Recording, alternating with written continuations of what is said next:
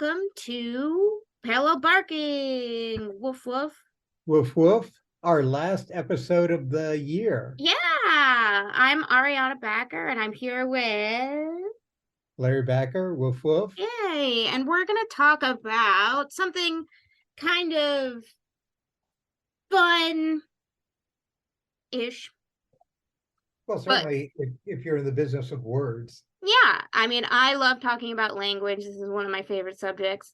But I also think it's really important because people tend to use language. Language to communicate. Well, and they use it as a tool to either defend themselves or to attack other people. That is very true. But it's the Or defend their own ideology. all right, but you're giving it away. So we should go right to what is prompting these abstractions. Okay. So, Cambridge Dictionary updated their definition of man and woman. And you might be wondering, how could they? Well, that's very easy. No. Anyone who's been breathing for the last 10 months would not be surprised that was going to be an issue. Well, right, yeah. So the additions were so that the new definition of man would read an adult who lives and identifies as a male, though they may have been said to have a different sex at birth. And similarly, the definition of a woman was altered to say an adult who lives and identifies as female, though they may have been said to have a different sex at birth, although maintaining the primary definition of adult male human being or adult female human being. Okay. So what's your problem? This happened in October, although it didn't get a lot of press or media coverage until I mean, how many now. people read, right? How many people read the dictionary? Well, or sport? Well, apparently the press. The reason it got coverage is because some conservative pundits, I guess you would say, got wind of it and started making comments all over Twitter, and then more conservative media outlets started covering it. And cool. Oh, this is the man has a wee and women have the whatever the nice word is for not wee. Yes. If you've ever seen the movie Kindergarten Cop. Yeah, that's right. That incredible scene where you write the euphemisms. Yeah. Right. But this is a usual thing as part of the culture wars. I thought you were going to go and amuse yourself by looking at this not from the right, which is looking at it from its own ideological perspective of the meaning and definition of male and female grounded in biology and all kinds of other things, and then grounded in the traditional meaning of words in this case. But I thought you were going to take it from the left. Which is, well, I wanted to walk through these wonderful the arguments? Well, no, not the arguments. Oh, thank God, they're excruciating. No, the actual entries in the definition. Oh, sure. All right, so they're just fun to read. Okay. An adult, so the first one is an adult female human being. And here are the examples. She's a really nice woman. A woman and two men were arrested the day after the explosion. Women first got the vote in Britain in 1918. But how do they know the meaning of these terms, since the meaning of the terms is based on a self-identification? She is Ireland's first woman president. I thought you were going to say she's Ireland's first woman, in which case I was going to ask how the Irish population was able to augment itself from the beginning of the constitution of the current Irish people, however you define it, as it changes from time to time with migration one way or the other. But No, right. but no, no, these I, are great. no, no, you're making me crazy. No, So no, no, there's no, but more. there's a third definition. I don't know why people didn't All right, have what's the third a fit definition? over this. A wife or female sexual partner. Okay, that's cool. No, and you're Apparently, right, and you're Jeff moving has a new towards woman. right. It- You're moving towards the left critique, which is what I don't understand. So what's the definition again? And so this will help me do There's the so many definitions. no, the one you started out with. It's the self-identification as a what? An adult who lives and identifies as female, though they may have been said to have a different sex at birth. All right. All right. So from my perspective, we now are in a black hole vortex of the meaninglessness of words and the way in which you cannot escape the cage of ideology. In order to make this work, and again, this goes back to no good deed goes unpunished, or putting a different way, no good deed does not expose its own ideological difficulties or conundrums or paradoxes. So here's the one. In order to free female from biology, you're now imprisoning it in a cage of an ideology of what female means.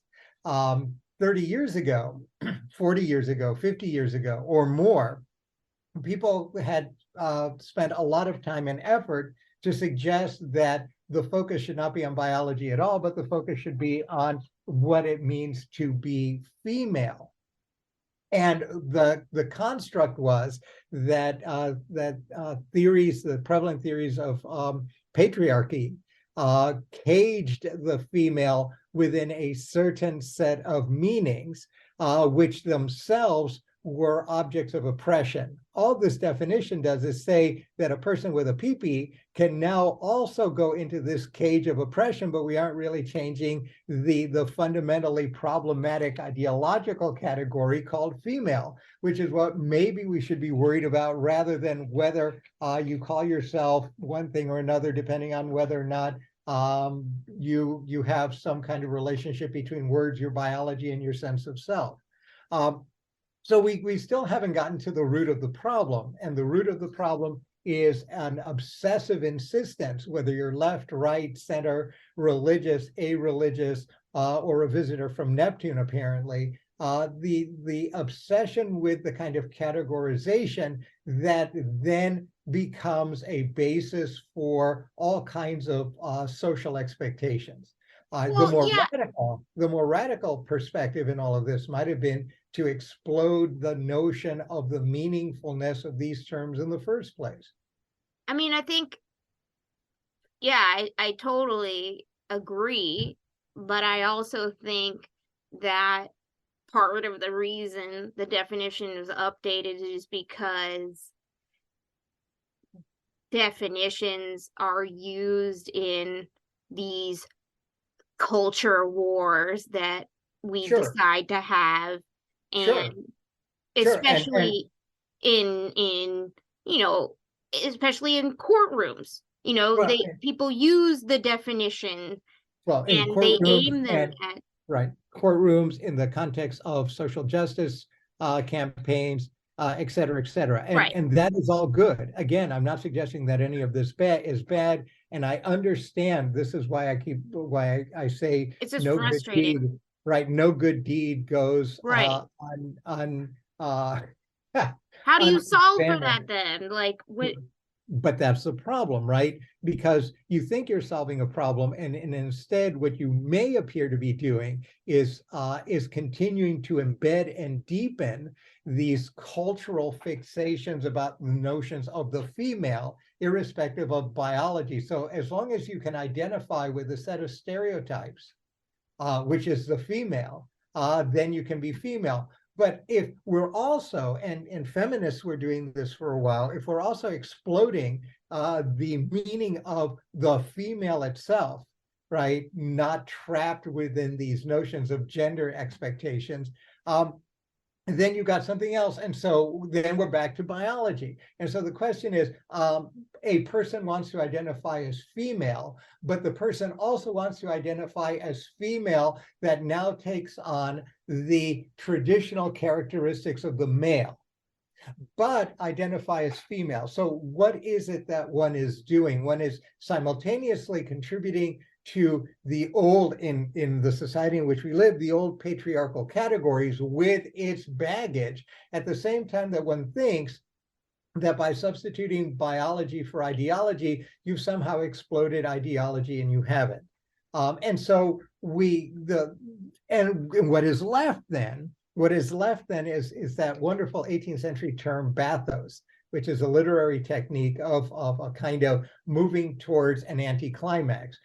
Because you wind up still in the same kind of contested space. You've merely shifted semiotically the space within which you're having these contexts. That is, what objects now become the The focus, battlegrounds, the and issue, yeah. in what ways. So yeah, this is nice. One can acknowledge and be sympathetic toward the sentiment, but at the same time, I guess they're going to eventually have to go back to the drawing board. There's just way too many tensions here. But it does suggest, and I'm glad you brought this up. It does suggest something else, which I thought was kind of fun, that also human beings like doing, and certainly in the liberal democratic West for a long, long, long, long time, and that is the idea of creating indexes of forbidden things. Oh, yes, yes, that just came out, Western didn't it? culture loves this. We love it. Sometimes it's religious, right? So I go back to the ancient Index Liborum Prohibitorum, which is the holy offices for those who are Catholic, the holy offices list of prohibited books. And there was this whole industry about this. The last and most ironic genesis of which, in its secular form, was the banned in Boston thing, that if it's banned in Boston, then the book is going to have a much more profitable run. But we love putting things on an index, and we love our taboos. And the taboos apparently now, and since academics believe themselves to be the guardians in France, it's the academy as well in Spain and other places. It's a quasi-governmental thing, but this is a markets-driven economy, and the quote-unquote experts are somehow associated with the bureaucracies of modern American academia. And that was done deliberately because the word American is also on the index. I was gonna say naughty, naughty. Yeah, right. And so now we're creating indexes, and this isn't a new thing. Universities have been doing this for a while, but it's now become to some extent institutionalized.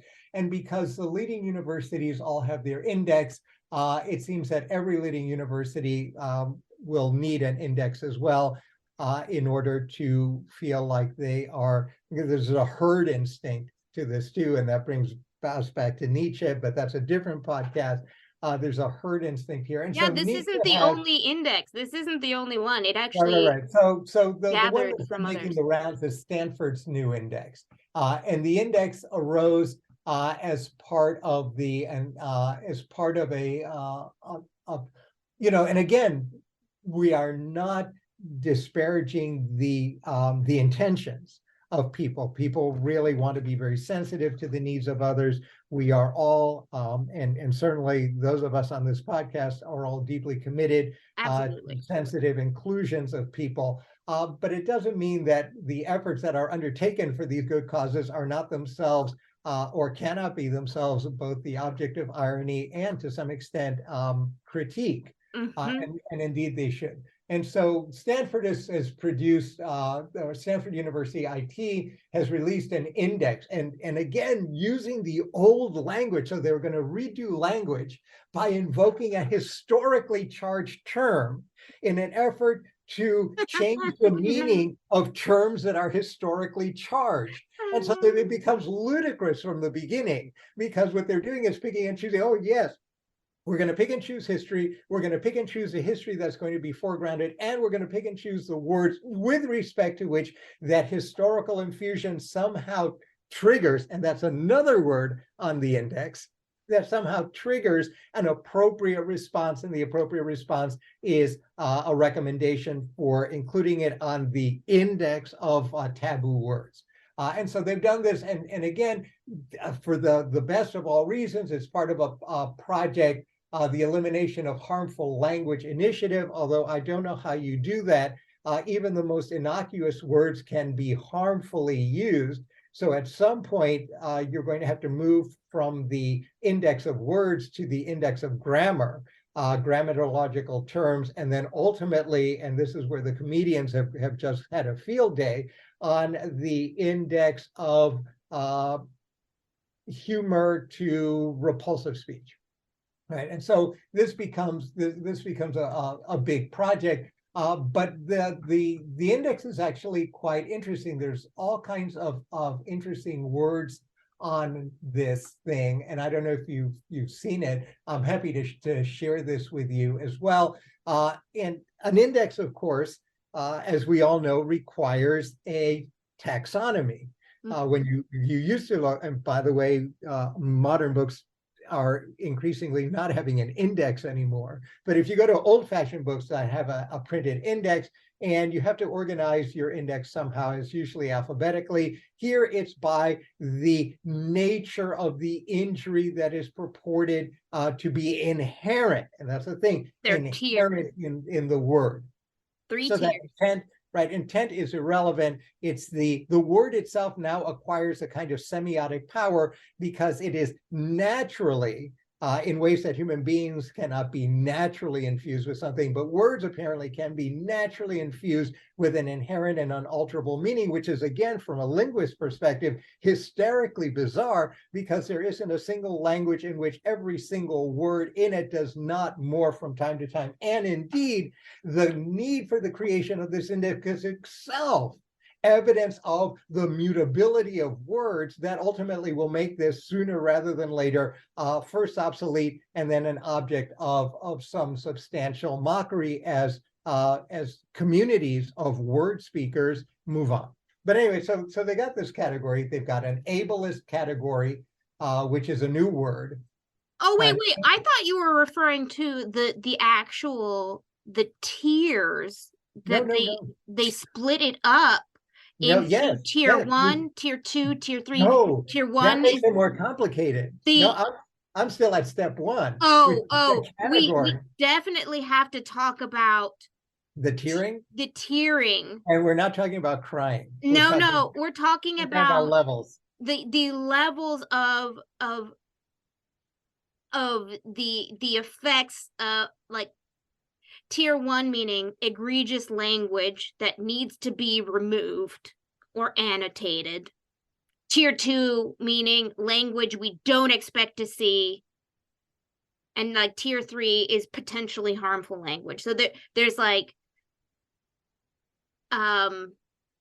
different, they put values. Right, Let's say right. values. And this is not to suggest that some or all of the words on here aren't to some extent socially problematic, and some of them were or are, if for those of you who study language, some of these are on their way out, not because of the proclamation of those with the authority to use Stanford's name to distribute this, but because of the natural course of social interactions grounded in discourse, in which society generally begins to shift the way it chooses to use or not use words within whatever context it is that they're doing. So we've got all these categories and we've got these tiers. That is so we're looking at the nature of the discriminatory or hurtful intent, and then the intensity of that intent as judged by the people who came up with this. And of course, that itself brings up a category here that is not mentioned, and that is the category of abuse of authority, or the category of effectively cultural imposition by people with power over those who don't.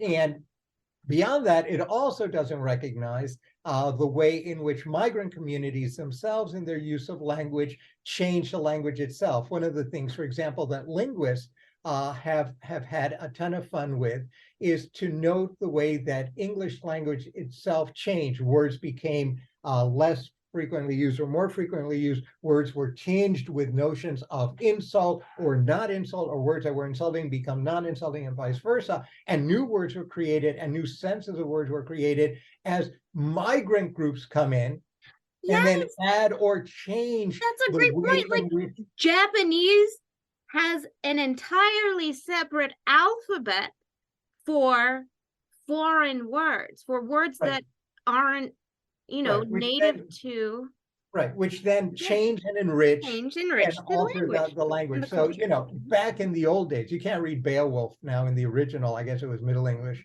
But English was a particular way of speaking. Once the Danes came, and by coming, I don't mean invading, I mean they settled and they got married to each other. And just like in this country now, people come, their English is not so good. They start adding words or phrases that may reflect something of their own origins, their best efforts to think about how it is that they're engaging in the language, and then language uses change. I'm laughing because your phrasing is sometimes really great, Dad. Well, my phrasing is also the product of an immigrant. English is my second language, which is why language is particularly interesting to me, and especially the efforts by some to control it without the courtesy of asking. Oh, you also said immigrant, which is a no-no. Oh yeah, another no word. And yet that is exactly what I am. No, you are not. No, You are well, someone who has immigrated. no, I've just offended myself, but I will have to take myself to task for this. Another one, Hispanic, is a naughty word. Wait, Hispanic is? Yeah, we have to use the term, which is highly controversial outside of this Yeah, that's country, been argued. is the Latin with an X on it. A lot of people are using it. A lot of people hate it. A lot of people won't use it. And by a lot of the people who I'm describing are people who are Or the Latinos. right, Yeah, yeah. or Hispanics or Or whatever they want to Hispanic. call, However you or want to whatever they call want to call yourself. themselves. Yeah. It's you know one wonders whether where Where this there's is the coming from? context, well, the appropriation. But anyway, you can have a lot of fun with this, and you can take a look. You can take a look at this and look at your favorite words or non-words. But I suspect that what this was a big pot. Everyone came in and had a go at it, and they put their favorite words in. And as long as they had been selected for this committee and thereby That's exactly right. representative in a stereotypical way, so you had a representation, but it's not clear whether But they it's were not all the on their own representation. behalf or they're representative of the community. But even that is to some extent racist and arrogant because it is very difficult, for example, in the heterogeneous Latina community in the US, to say that one can, within one's body, represent an extraordinarily rich, diverse, Diverse community multi-ethnic, is ridiculous. multicultural, multiracial, multi-religious community, and then essentialize it, reduce it and essentialize it to a couple of taboo words and a couple of non-taboo words. But anyway, they've been doing this. It's not the first time, and of course, there's no point getting annoyed or upset about this. At least in the West, groups of people who view themselves as the vanguard forces of society have attempted through various institutions to kind of control language. And they generally are sometimes successful, almost invariably unsuccessful. This is a car or a force that will get out from under them. But to some extent, they'll have at least a marginal effect. And so to that extent, it's kind of interesting to see this. But what's even funnier is there's something nudged me. So I was looking at all this and looking at the notion of bias, implicit bias, a proactive obligation on the part of leading forces. I'm using a Leninist term deliberately, social leading forces to impose clarity and learning, since they're the leading forces on the more benighted sectors of society, and certainly to teach the young who are blank slates or who've been corrupted by their parents and their parents' ignorance or the social milieu from where they went, right? And so this is the way it went. I had to pull the report of the Committee on Freedom of Expression at Yale that was circulated, I believe, yes. And in fact, today is a wonderful day to talk about it. It's almost its anniversary on the 23rd of December, 1974. Oh, good. Let's hear it. In which, well, I mean, it's a long thing, but it, again, the point isn't to suggest that this is right and what our friends at Yale are doing in their enthusiasm to create a secular linguistic version of the Catholic Index of Prohibited Books, which again is another irony. I can't help myself. But it is to suggest that these things change, and they change quickly. Yeah. Not that long ago, 1974, when confronted with very, very similar issues, the harm that language does, the sense of marginalization, stigmatization, and alienation that language produces. Tell me. Come on. They said, well, we hear you. That's something that ought to be confined to the social sphere, but the only way that you can really fight this is through free speech absolutism, or close to absolutism. The only way you can fight this is by more speech, engagement, argument, and convincing the larger group of people. So it's a kind of a markets, free speech absolutism is a markets-driven notion of the not only the trajectory of language, but the way in which language is understood as dynamic. Yeah. And that ultimately the worst thing that you can do, and again, this reflects deep sectors of American premises in the construction of the system here in the United States, and I use it in both senses. You did. Is the idea that control from above of social interaction always turns out not the way in which the planners mean for it to do. And sometimes it spawns consequences that are unforeseen, and sometimes consequences that are truly horribly unfortunate. But it does change. So in 1974, the idea was, well, you feel slighted or alienated or essentialized, you've got an obligation then to go and as one of the female former executives, she was scandalously, because of some scandal she was involved in, drummed out of Facebook, which then became Meta. You have to lean in. Now, is that a female trait, a male trait? Can a male lean in the context of embracing an identity as a female? But that goes back to Oxford, and thank you very much. But anyway, so that was the view in 74. The view in 2022 is quite the opposite. Which one's right, which one's wrong? I have no idea. I can only suggest that either way, language cultures and collectives, especially at the bottom, the people who tend to be largely ignored, the despicables from the view, either from the perch of an aristocracy or the magisterium, or living in their palaces in Rome, or those living in their palaces at Standford, are unlikely to be interested or to reach them, or and things will turn out the way they turn out. So it'll be interesting to see how that works. Yeah, I'm interested in knowing whether or not they have a plan to revisit this list on a regular basis.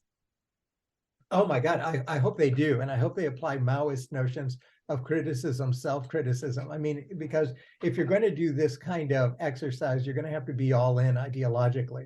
It can't just be a project. It has to be a process. But of course, it is an elite process. The last thing you're going to want to do is what Mr. Musk did at Twitter, and that is crowdsource opinions. Oh, right. It didn't go. Didn't seem to go the way he might have wanted. Well, no, not at all. Although this is all right. This may be one of our early podcasts for next year. You see, I would argue that it went exactly the way he wanted. Exactly. Maybe he was just like, this is my out. I Yep, exactly right. I'm Exactly right. looking for someone to take my spot. Tom His from role MySpace. his role You was twofold. His role was to expose the linguistic the linguistic and manipulative use of language and information within Twitter, which he's been doing by dumping all kinds of Twitter files. His job was to go in and purge everything. He's done that. Now he's got the excuse, and everyone is very mad about that. Now you've got the excuse to leave. The people have spoken. I'm going to leave, and I'm going to go and hire myself a bunch of system builders who, subject to my veto that I may or may not do every once in a while as the owner of this thing, now can rebuild this thing. But let's get back to language. Anyway, so do you want to be in control of language? no. Nope, nope, nope, nope, nope, nope, nope, nope. Well, I'm reminded of an Ionesco book that I used to read to you all when you were young. And this will be my concluding thought. And it's the story of Jacqueline. Oh, that was my favorite. Jacqueline. It was your introduction to the foibles of linguistics. And for those of you who've never read Ionesco's, these are children's books that he wrote for his kids, and then they became very famous. You can still buy them on through internet retailers, the names of which I won't mention. But in this story, a couple comes home after a night out. They're both completely hungover. Their little girl jumps on the bed and demands that daddy tell her a story. Mama looks, says, "Congratulations, you win." She rolls back into bed, and he's sitting there trying to figure out what kind of story. And he tells the story of Jacqueline. And by the end of the story, every single noun is now renamed Jacqueline. And at the end of the story, he's convinced the little girl that, in fact, the best and most positive way of addressing or describing something is to describe it as a Jacqueline. And, as you can imagine, hysterics then abound when they go off, when the maid takes her to go off to do the errands in the butcher shop and whatever. And it's just very funny. They Jacquelined to the Jacqueline, and they Jacquelined in the Right. Jacqueline. With Jacqueline the Jacqueline, I need 3 Jacquelines for my Jacquelines. Aren't these really nice smelling Jacquelines? And in a sense, that's really the ultimate problem that we have here in the long term. In the short term, there's all kinds of strategic reasons for doing this that got us to talk about it. But in the long term, I suspect that it's going to be difficult. This is something that the Chinese authorities have been finding out with their own index of words. And then everyone almost immediately finds new words. So what they're doing is enriching a vocabulary and changing the meaning of words. We're going to be doing the same thing here. Oh yes, we'll just find new words. So we will find new words. Woof woof. We'll find a way. Life finds a way. Bark bark. Thanks everyone. I had to. I brought it back from last episode. Anyway. Hi. We'll see you next year. Thanks everyone. Woof woof. Bark.